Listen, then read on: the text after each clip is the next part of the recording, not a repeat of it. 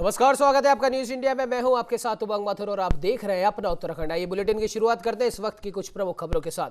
आपको बता दें कि चैत्र पूर्णिमा शाही स्नान पर्व पर हरिद्वार कुंभ मेले में साधु संत और श्रद्धालुओं ने विधि विधान के साथ गंगा स्नान किया। बता दें कि हरिद्वार महाकुंभ 2021 का आखिरी शाही स्नान है। श्रद्धालुओं ने गंगा स्नान कर घाट पर स्थित मंदिरों में पूजा अर्चना कर पुण्य की कामना मां गंगा और अपने आराध्य देवी देवताओं से की। स्नान के दौरान उत्तराखंड सरकार की गाइडलाइन को पूरी तरीके से ध्यान में रखते हुए कुंभ की सभी परंपराओं का पालन किया गया। तो वहीं सुबह 9:30 बजे तक हर की पौड़ी ब्रह्मकुंड समेत सभी घाट संतों के लिए खाली करा लिए गए थे, जहां 10 बजे से सभी 13 अखाड़ों ने क्रमवार स्नान किया। इसके अलावा स्नान के लिए जो समय सारणी मेला पुलिस प्रशासन ने तय की है, उसका भी पूर्ण रूप से पालन किया गया।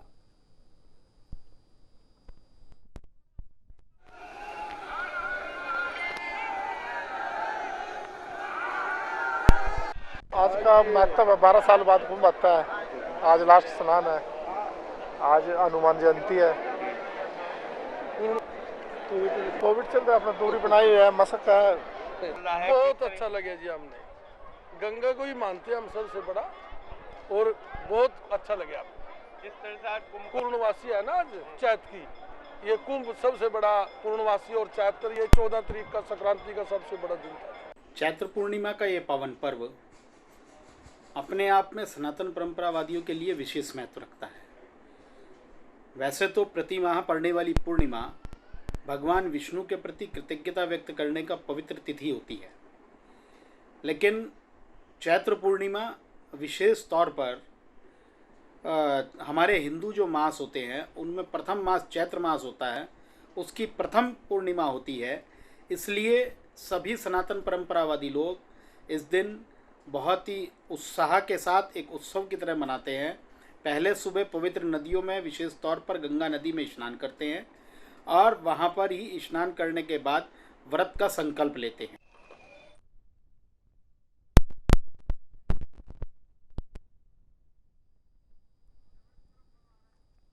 तो आपको बता दें कि हरिद्वार में महाकुंभ इस समय चल रहा है और आज शाही स्नान का अंतिम दिन था। चैत्र पूर्णिमा पर ब्रह्म मुहूर्त में शुरू हुआ था शाही स्नान। आपको बता दें कि हरिद्वार में चैत्र पूर्णिमा स्नान के मौके पर महाकुंभ के अंतिम शाही स्नान में हालांकि सभी साधु संत व श्रद्धालु भी उमड़े थे, लेकिन कोरोना महामारी का असर भी साफ तौर पर यहां पर देखा गया। सरकार की तरफ से जारी कोविड गाइडलाइंस की पालना यहां पर की गई और क्रमवार तरीके से सभी अखाड़ों ने यहां पर स्नान किया। उसके बाद में श्रद्धालुओं ने आस्था की डुबकी लगाई।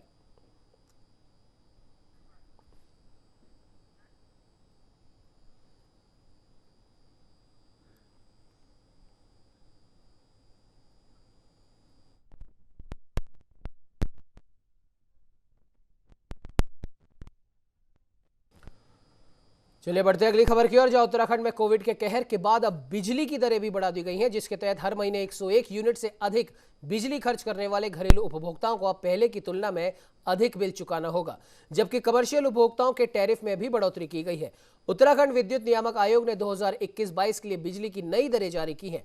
प्रति माह 101 से 200 यूनिट बिजली खर्च करने वाले घरेलू उपभोक्ताओं को अब 4 रुपए प्रति यूनिट के हिसाब से बिल चुकाना होगा, जहां अभी तक प्रति यूनिट के लिए 3 रुपए 75 पैसे ही चुकाने पड़ते थे।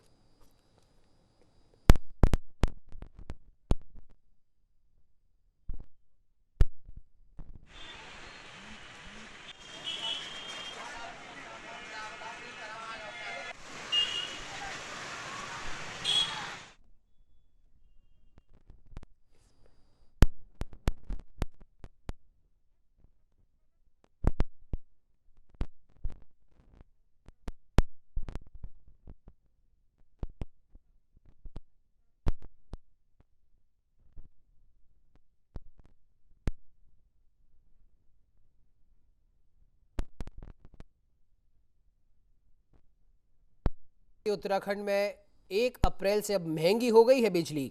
ये नई दरें समय से भुगतान करने पर छूट भी यहां पर मिल सकती है। आपको बता दें कि उत्तराखंड विद्युत नियामक आयोग ने सोमवार को नई दरें जारी कर दी हैं। इसके तहत बीपीएल और 100 यूनिट तक खर्च करने वाले उपभोक्ताओं को बिजली दरों में बढ़ोतरी से थोड़ी राहत दी गई है। उत्तराखंड में कोरोना काल में उपभोक्ताओं को बिजली महंगी होने से थोड़ा झटका जरूर लगा है। उत्तराखंड विद्युत नियामक आयोग ने सोमवार को नई दरें जारी की हैं। इसके तहत बीपीएल और 100 यूनिट तक खर्च करने वाले उपभोक्ताओं को बिजली दरों में बढ़ोतरी से राहत दी गई है।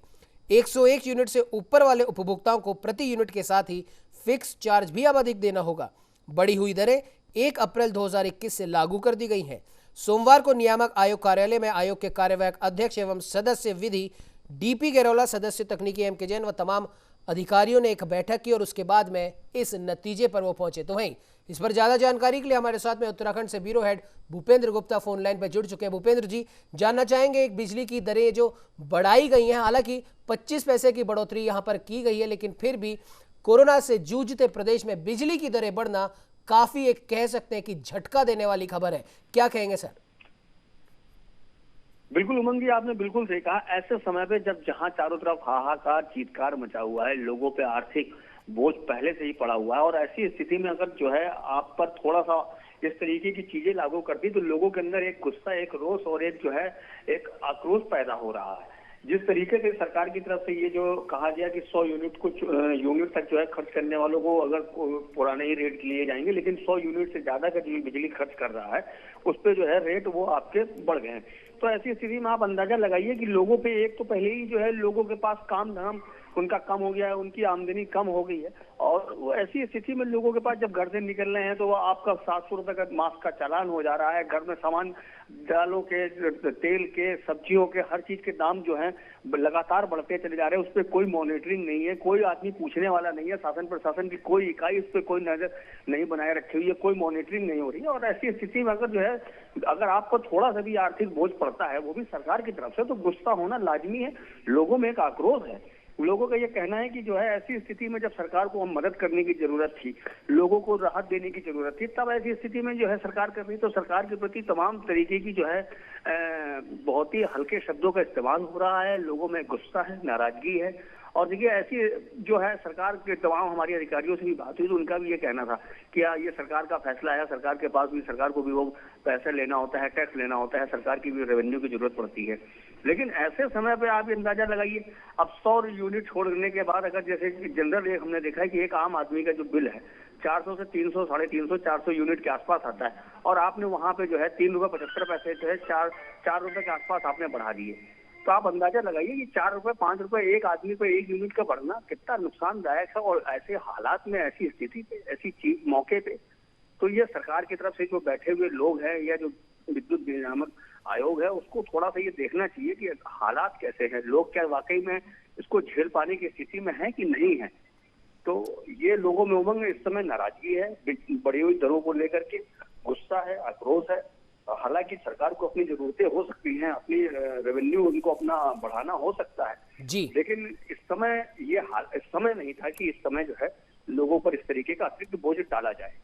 जी बिल्कुल भूपेंद्र जी, बिल्कुल आपने सही कहा। कहीं ना कहीं रेवेन्यू के नाम पर इस तरीके का जो हम कह सकते हैं बिजली की दरें जो बढ़ाई गई हैं, इस तरीके का एक जबरदस्ती का आर्थिक भार इस समय लोगों के ऊपर डालना कहीं से कहीं तक उचित तो नहीं है। फिलहाल इस खबर पर तमाम जानकारी देने के लिए भूपेंद्र जी आपका बहुत बहुत धन्यवाद।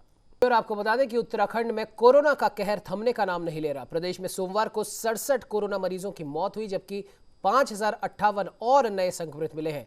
और अब प्रदेश में कुल संक्रमितों की संख्या 1,56,859 तक पहुंच गई है। बीते 24 घंटे में प्रदेश में 67 कोरोना मरीजों की मृत्यु भी हुई और अब तक 2213 कोरोना मरीजों की मौत हो चुकी है। और कुल मिलाकर 1,12,265 मरीज स्वस्थ भी हुए हैं। संक्रमित मामले तेजी से बढ़ने के कारण सक्रिय मामले 39,031 तक पहुंच गए हैं। सोमवार को देहरादून जिले में 2034, हरिद्वार में 1002, नैनीताल में 767, उधम सिंह नगर में 283, चंपावत में 104, पौड़ी में 323, उत्तरकाशी में 45, टिहरी में 87, अल्मोड़ा में 135, पिथौरागढ़ में 88, चमोली में 97, रुद्रप्रयाग में 64 और बागेश्वर जिले में 29 नए संक्रमित मिले हैं।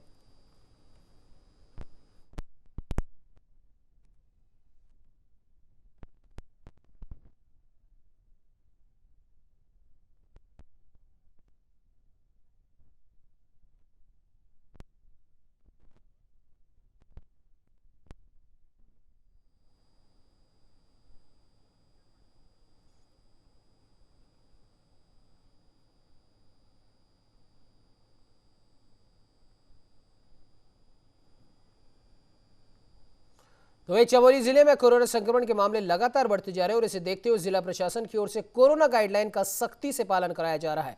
तो वहीं प्रशासन की टीम ने पोखरी तहसील में बाजारों का औचक निरीक्षण किया। तो वहीं अनावश्यक समय पर दुकानें खुली रहने पर एसडीएम वैभव गुप्ता ने कार्रवाई के सख्त आदेश दिए और सरकार की ओर से जारी गाइडलाइन की पालना करने की अपील की। आपको बता दें कि इस दौरान एसडीएम ने कहा कि प्रशासन की ओर से कोरोना संक्रमण की रोकथाम के लिए हर जरूरी कदम उठाए जा रहे हैं। नियमों का पालन न करने वालों के खिलाफ कार्रवाई भी की जा रही है और आगे भी करी जाएगी।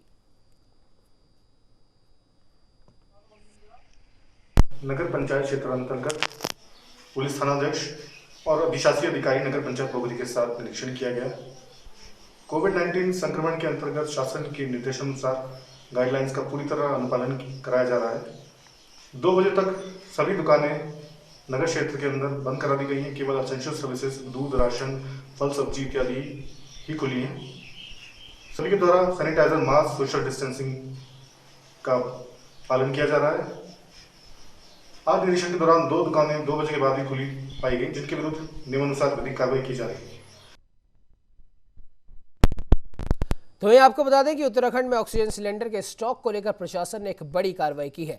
सिटी मजिस्ट्रेट ने ड्रग विभाग के साथ मिलकर हल्द्वानी की रेलवे बाजार और ट्रांसपोर्ट नगर समेत अनेक इलाकों में ताबड़तोड़ छापेमारी की, जिसमें टीम ने 50 से भी ज्यादा ऑक्सीजन सिलेंडर बरामद किए। इस दौरान प्रशासन ने लोगों से अपील की है कि इस समय ऑक्सीजन सिलेंडर को घर में स्टॉक ना करें, क्योंकि कोविड मरीजों को ऑक्सीजन सिलेंडर की बहुत आवश्यकता है और यदि किसी ने अपने घर में ऑक्सीजन सिलेंडर को स्टॉक किया हुआ है तो उसके खिलाफ कड़ी कार्रवाई की जाएगी।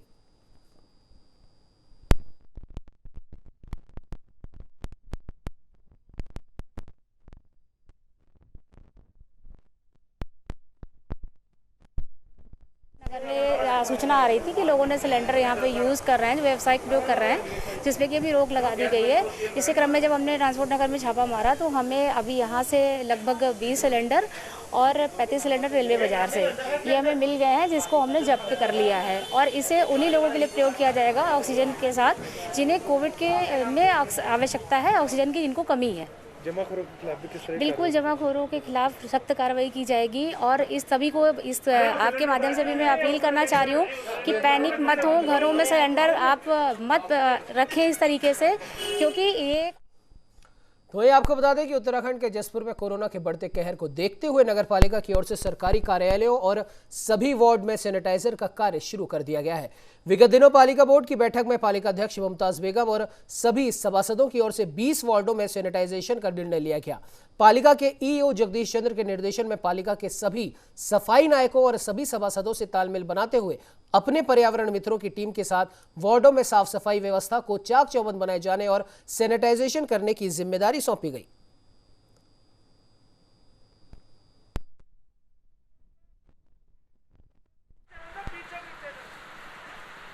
कर्मचारियों द्वारा युद्ध स्तर पर जनता के स्वास्थ्य को ध्यान में रखते हुए नगर क्षेत्र,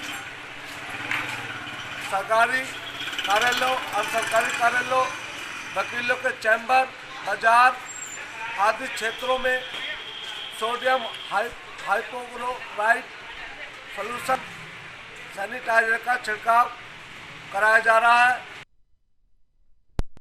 तो ये आपको बता दें कि उत्तराखंड में चंपावत जिले टनकपुर, बनबसा, खटीमा में लगे 1 सप्ताह के कोविड कर्फ्यू का असर अब बाजारों में देखने को मिल रहा है। मंगलवार से अगले 3 मई तक कोविड कर्फ्यू लगातार जारी रहेगा। हालांकि प्रशासन ने टनकपुर और बनबसा में दोपहर 12 बजे तक आवश्यक दुकानें खोलने की अनुमति दी है, जिसके बाद सुबह टनकपुर बाजार में हल्की भीड़ दिखाई दी। तो वहीं बनबसा में आवश्यक दुकानों के अलावा बाकी सन्नाटा पसरा दिखाई दिया। व्यापारी सरकार के फैसले का स्वागत करते हुए तो दिखाई दे रहे हैं, तो कुछ व्यापारी बाजार खोलने के समय को बढ़ाने की भी मांग कर रहे हैं।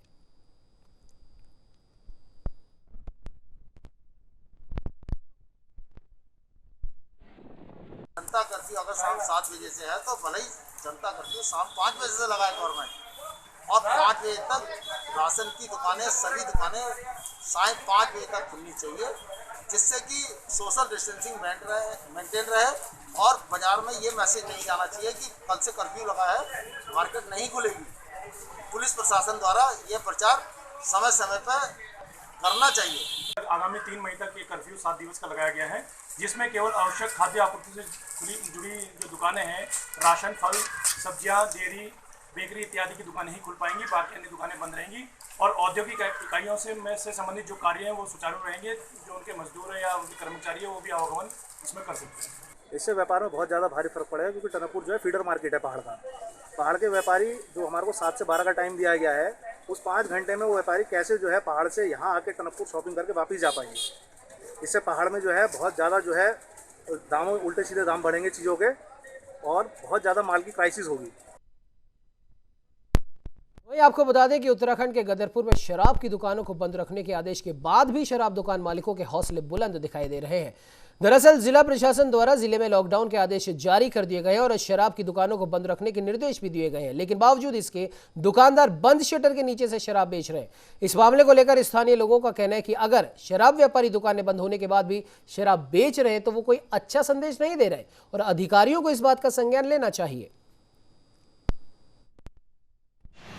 यद्यपि इस बारे में राज्य सरकार द्वारा कोई भी गाइडलाइन क्लियर नहीं की गई है, लेकिन अगर उसके बावजूद भी शराब व्यापारी शराब बेच रहा है तो वो समाज के लिए एक अच्छा संदेश नहीं है। इसके लिए प्रशासन को उसके ऊपर सख्त कार्रवाई करनी चाहिए और राज्य सरकार द्वारा दी गई गाइडलाइन के अनुसार ही शासन में काम होना चाहिए।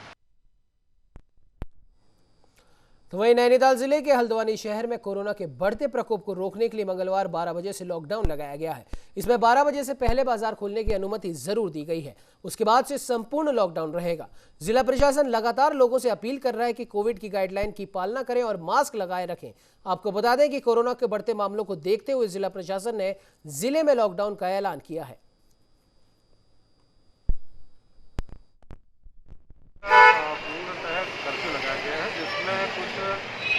सेवाओं को छूट दी गई है। इसमें फल सब्जी और उनकी दुकानें हैं, तो अभी पूरी नेता प्रशासन की टीम जाकर लोगों को जागरूक कर रही है और उनको ये भी बता रही है किस ढंग से आपको कर्फ्यू के टाइम पे अपने व्यापार को करना है। साथ में 12 बजे के बाद संपूर्ण ढंग से लॉकडाउन होगा, कर्फ्यू होगा। उसमें केवल आवश्यक सेवाओं को छोड़ के सभी दुकानें बंद रहेंगी और लोगों का मूवमेंट भी जो अनावश्यक होगा वो प्रतिबंधित रहेगा। इसके लिए पुलिस के द्वारा पूरी तैयारी कर दी गई है। जगह जगह पे बैरिकेड्स लगाए गए हैं, सारे अधिकारी इस समय राउंड पर रहेंगे और इस चीज़ को इंश्योर किया जाएगा कि इस बीमारी से बचने के लिए लोगों को सोशल डिस्टेंसिंग और मास्क एनफोर्स करें।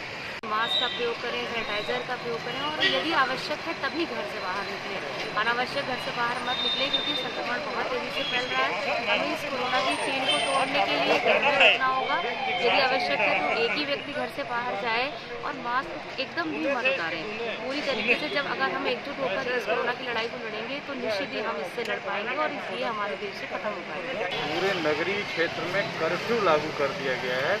उस कर्फ्यू में कुछ सेवाओं को हमने छूट दिया है, जिसमें मेडिकल स्टोर है, पेट्रोल पंप है, गैस सप्लाई है, ये पूरे दिन इसमें छूट है।